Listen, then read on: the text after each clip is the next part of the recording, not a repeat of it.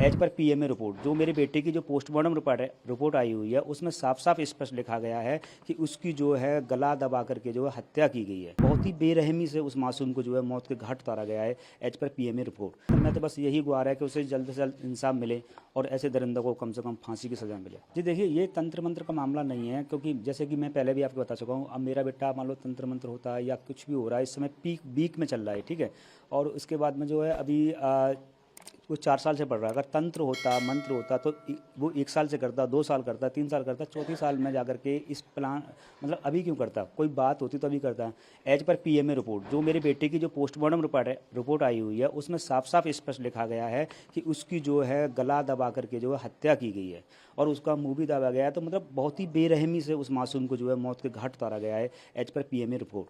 क्योंकि ये रिपोर्ट हम लोग हो सकते हैं बंद, ये रिपोर्ट कहाँ जाएगी भाई? अब उसे इंसाफ की ज़रूरत है। तो मैं तो बस यही गुहार है कि उसे जल्द से जल्द इंसाफ मिले और ऐसे दरिंदों को कम से कम फांसी की सज़ा मिले।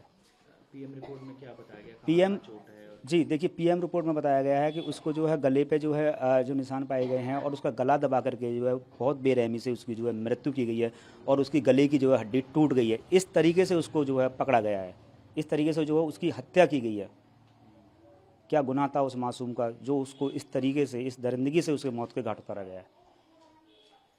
जो वहाँ टीचर हैं, जो वहाँ स्टाफ है, तो ये पुलिस क्यों हमें बताया जाए कि इस तरीके से क्यों उसे मौत के घाट उतारा गया? कोई तो कारण होगा। उस मासूम बच्चे की क्या गुनाह था, क्या गलती थी उस मासूम की जो आज इस दुनिया में नहीं।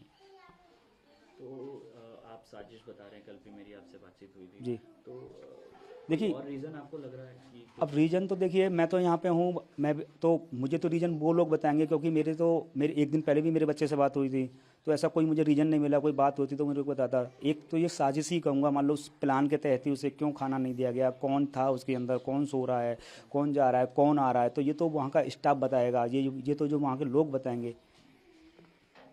तो उन लोगों ने एक साजिश के तहत ही मतलब जो प्लान किया गया, वो तो लोग हैं ही हैं, इसमें जाने और कितने लोग हैं, कौन लोग हैं, तो जो उन लोगों को जो है।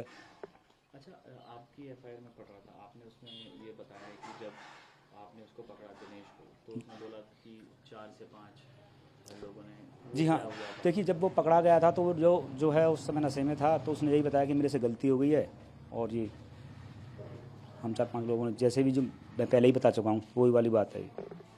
क्या बोला था उसने आपको? उसने मेरे से बोला कि गलती हो गई है मेरे से। तो उस वक्त उसने माना था कि 4-5 लोगों ने गलत दबाया?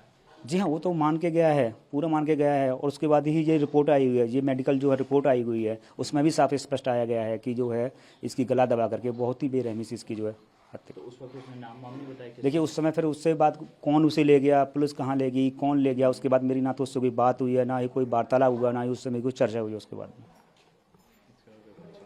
जी आपके बेटे का जन्मदिन था अगले महीने? जी हाँ, मेरे बेटे का जन्मदिन था और इकलौता ही बेटा था।